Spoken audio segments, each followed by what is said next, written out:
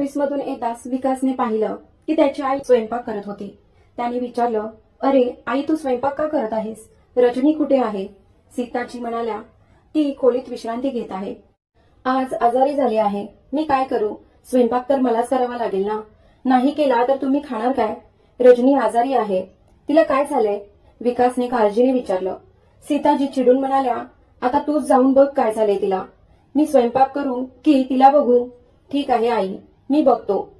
पण रोही कुठे आहे? सीताजी अजूनही रागातच म्हणाल्या. माझं काम फक्त सगळ्यांच्या खोल्यांमध्ये जाऊन सांगण्याचं राहिलंय का? स्वयंपाक करा, स्वयंपाक करा. तुला फक्त खाण्याचीच काळजी. विकासला आई आज जरा जास्त चिडलेली वाटली. त्याने काहीच न बोलता आपल्या खोलीत जाऊन पाहिलं तर रजनी अंथरुणात पडलेली होती. त्याने हळूच विचारलं, रजनी काय झालंय? तब्येत ठीक नाही का? तू मला सांगितलं का नाहीस? रजनीच्या कपाळावर हात ठेवताच विकासला जाणवलं की तिचं शरीर तव्यासारखं तापलेलं आहे. तो चिंताग्रस्त होऊन म्हणाला, रजनी तुला खूप ताप आलाय. तू एकदाही मला सांगितलं नाहीस आणि इथे शांतपणे पडून राहिली आहेस. निदान एकदा तरी फोन करायला हवा होतास. आणि तू रडत का आहेस? कुठे दुखतेय का? पतीच्या प्रेमळ शब्दांनी रजनी अजूनच रडू लागली आणि म्हणाली, नाही, मला कुठेही दुखत नाही. पण मला आईच्या बोलण्यामुळे खूप वाईट वाटत आहे. तुम्ही बघत आहात ना, मला किती ताप आलाय. तरी सुद्धा आई स्वयंपाकघरात गेल्यापासून माझ्यावर सतत ओरडत आहे.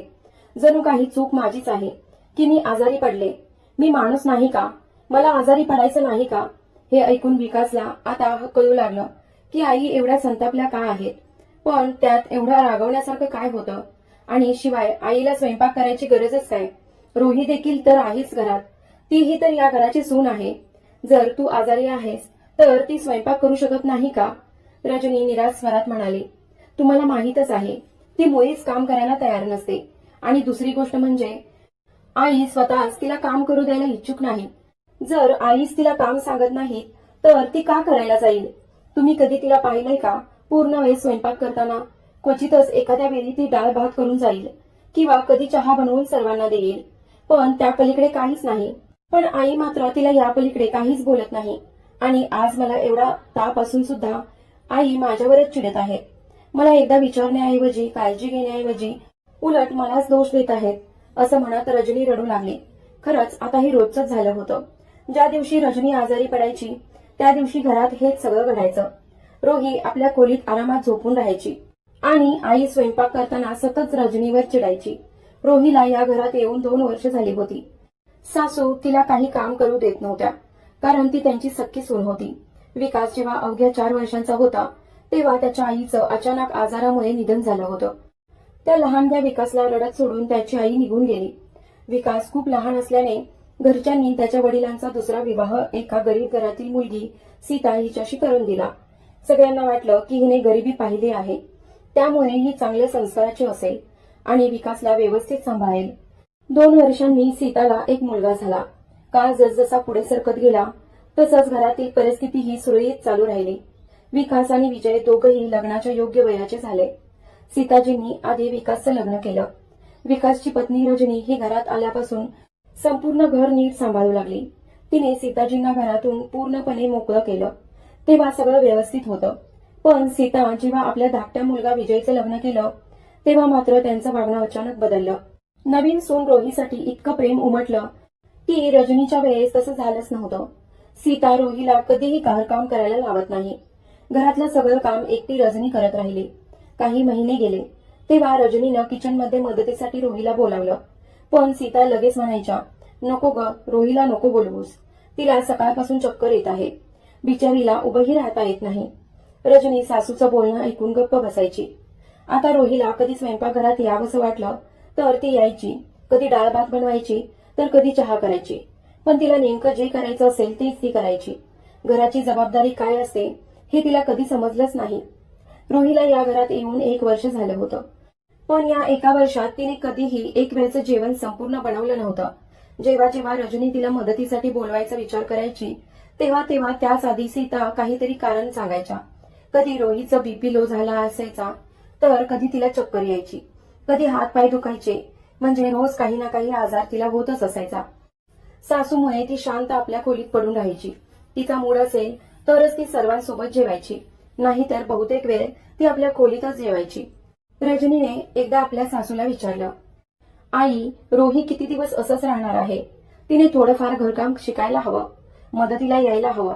यावर सासू चिडून म्हणाली, म्हणजे तुला काय म्हणायचंय? ती आजारी आहे तरी तिला जबरदस्तीने कामाला लावायचं का? तुला दिसत नाही का तिला त्रास होतोय? आतापर्यंत तू एकटीच घरकाम करत होतीस ना, आता तुला तिचं बघून जळफळाट होतोय का?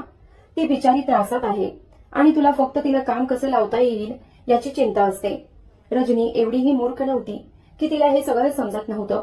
एका मिनिटासाठी विकास त्याच्या आईला आई समजत असेल, पण रजनीसाठी ती फक्त तिची सासू होती आणि तिला ठाऊक होतं की सीता विकासच्या सख्या आई नव्हत्या. त्या फक्त त्यांचा सख्खा मुलगा विजय आणि स्वतःच्या फायद्यासाठी त्याचा वापर करत होत्या. विकास एकटाच संपूर्ण घराचा खर्च चालवत होता आणि रजनी दिवसभर घरकाम करत होती. बसल्या बसल्या सीताला एक चांगला नोकर मिळाला होता. मग त्या आणि त्यांची लाडकी सून काम का करणार? बहुतेक वेळा सख्या सासू सुनाही भांडतात, कारण हे नातंच तसं असतं. पण सीता तर रजनीची सावत्र सासू होती. हे नातं विचित्र कसं असू शकतं? सीता अत्यंत चतुर होती. त्या डोक्यानं खेळत होत्या. विकास समोर त्या जितक्या प्रेमाने आणि आपुलकीने वागत, तितक्याच त्याच्याबद्दल त्याच्या मागे वेगळंच बोलत. सीताला वाटायचं की रजनी कधीच आजारी पडू शकत नाही आणि त्यांची लाडकी सून रोही कधीच बरी होऊ शकत नाही.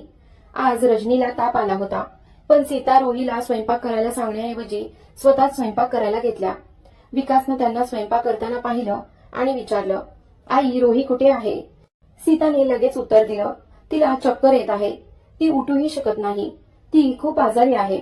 रजनी देखील आजारी होती, पण तिची काळजी घेणं सीताला आवश्यक वाटत नव्हतं. त्यांना फक्त एवढंच हवं होतं की रजनी लवकर बरी व्हावी आणि पुन्हा घरकाम सुरू करावं. रजनीला रडताना पाहून विकासनं तिला औषध दिलं आणि काहीतरी विचार करत स्वयंपाकघराकडे परत गेला. तो म्हणाला, आई, एक काम कर, तू रोहीला सांगून ठेव की तयार व्हायला. का, कुठे चालली आहे रोही? सीताने आश्चर्याने विचारलं. कुठेही नाही, मी तिला डॉक्टरकडे घेऊन चाललो आहे. रोहीला डॉक्टरांकडे कशाला नेतोस? डॉक्टरला दाखवायचंच असेल तर आपल्या बायकोला दाखव. ताप तिलाच आलाय, औषधांची गरज तिलाच आहे. त्यावर विकास शांतपणे म्हणाला, आई, रजनीला डॉक्टरांना दाखवायची गरज नाही, पण रोहीला मात्र डॉक्टरांना दाखवायला हवं, कारण ती या घरात आल्यापासून रोज काही ना काही आजारी असते. कधी बीपी लो असतो, तर कधी चक्कर येत असते, कधी उभंही राहता येत नाही, कधी हातपाय दुखतात. त्यामुळे माझ्या मते उपचार रजनीचा नाही तर रोहीचाच जास्त गरजेचा आहे. हे ऐकून रोहीच्या खोलीकडे जाऊ लागला. तेवढ्यात त्याच्या सावत्र आईने त्याला पकडून थांबवलं. अरे नाही, कुठे चाललास? मी सांगितलं ना तुला, फक्त रजनीकडे लक्ष द्यायचं. इतका त्रास का करून घेतोयस? तुला तर आनंदी व्हायला हवं, कारण निदान कुणीतरी रोहीची फिकीर करतंय. विजय, रोही आणि तुम्ही सगळे मिळून रजनीची अजिबात फिकीर करत नाही. हे बघून मला कसा आनंद वाटेल आई, विकास म्हणाला. पण मी तर सगळ्यांचीच काळजी घेतो ना. मला कळू तरी दे की अशी कोणती आजारपण आहेत जी फक्त कामाच्या वेळीच होतात. जेव्हा रोही जेवते, चहा पिते, तेव्हा तिला काहीच होत नाही, पण जरा काही काम म्हटलं की तिचा बीपी लो होतो, तिला चक्कर येते, तिचे हात पाय दुखतात. आणि आई, हे जे काही तुम्ही म्हणताय ना, असं समजू नका की मला काहीच समजत नाही. तुमच्या सख्या सुनेबाबत तुम्हाला वेगळं प्रेम असेल, पण माझ्यासाठी तुम्ही माझी सख्खी आई सारख्याच आहात. म्हणूनच मी तुम्हाला सावध करतोय. तुमचं हे सक्क आणि सावत्रचं राजकारण एक दिवस तुमच्याच अंगलट येईल. घराची विभागणी तर कधीतरी होईलच. विजय आणि रोहीच्या वागण्याने ते फार लांब आहे असं मला वाटत नाही. आणि मला हेही ठाऊक आहे की जर घराचं विभाजन झालं तर तुम्ही त्यांच्याच बाजूने जाल. पण एक विचार करा आई, तुम्ही ज्या रोहीला काम करायला लावत नाही, फक्त बिछाण्यावर बसवून ठेवलं आहे, जर उद्या विभाजन झालं आणि तुम्ही तिच्यासोबत राहायला गेलात तर ती तुम्हाला सांभाळू शकेल का? ती 2 वेळचं जेवण बनवून देईल का? तुम्हाला कदाचित माझ्या गोष्टी आता पटणार नाहीत, पण हे सगळं नीट समजून घ्या. तुम्ही ज्या आरामाची तिला सवय लावली आहे, तोच आराम उद्या तुमच्यासाठी संकट ठरू शकतो. त्यामुळे आजच निर्णय घ्या. कामाची योग्य विभागणी तुम्ही कराल की मी करू? कारण जर मी केलं तर कदाचित तुम्हाला ते रुचणार नाही. म्हणून मी तुम्हाला संधी देतोय. आता तुम्ही ठरवा. उद्यापासून रोही घरकामात मदत करेल, नाहीतर रजनी फक्त एक वेळचं जेवण बनवेल. सकाळचा नाश्ता, दुपारचं जेवण, स्वयंपाकघरातलं बाकीचं सगळं काम हे रोही करेल. जर तिने स्वयंपाक केला तर घरातलं सगळं खाणं होईल, नाहीतर कोणीही काहीही खाणार नाही. 2 वर्ष झाली, आता सहनशक्ती संपली आहे माझी.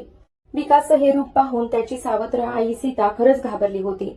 त्या काही बोलल्या नाहीत, पण तसंच बडबडत रोहीच्या खोलीत गेल्या आणि म्हणाल्या, चल लवकर उठ आणि स्वयंपाक कर, नाहीतर कोणीही काहीही खाणार नाही.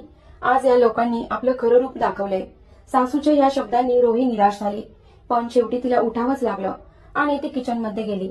विकासच्या आईने त्याच्याकडे चिडून पाहिलं, पण आज त्याच्या चेहऱ्यावर कोणताही परिणाम नव्हता. प्रेमाने असो किंवा रागाने घराचं काम चालू राहणारच होतं. आज पहिल्यांदा विकास त्याच्या सावत्र चिडला होता आणि हे पाहून त्याचे वडीलही गंभीर झाले. त्यांना वाटलं कुठेही असलं तरी विकास म्हणतोय ते बरोबरच आहे. जर त्याच्या बोलण्यात तथ्य नसेल तरीही जर त्यानं हे घर वेगळं करण्याचा निर्णय घेतला तर आपल्यालाच अडचण होईल.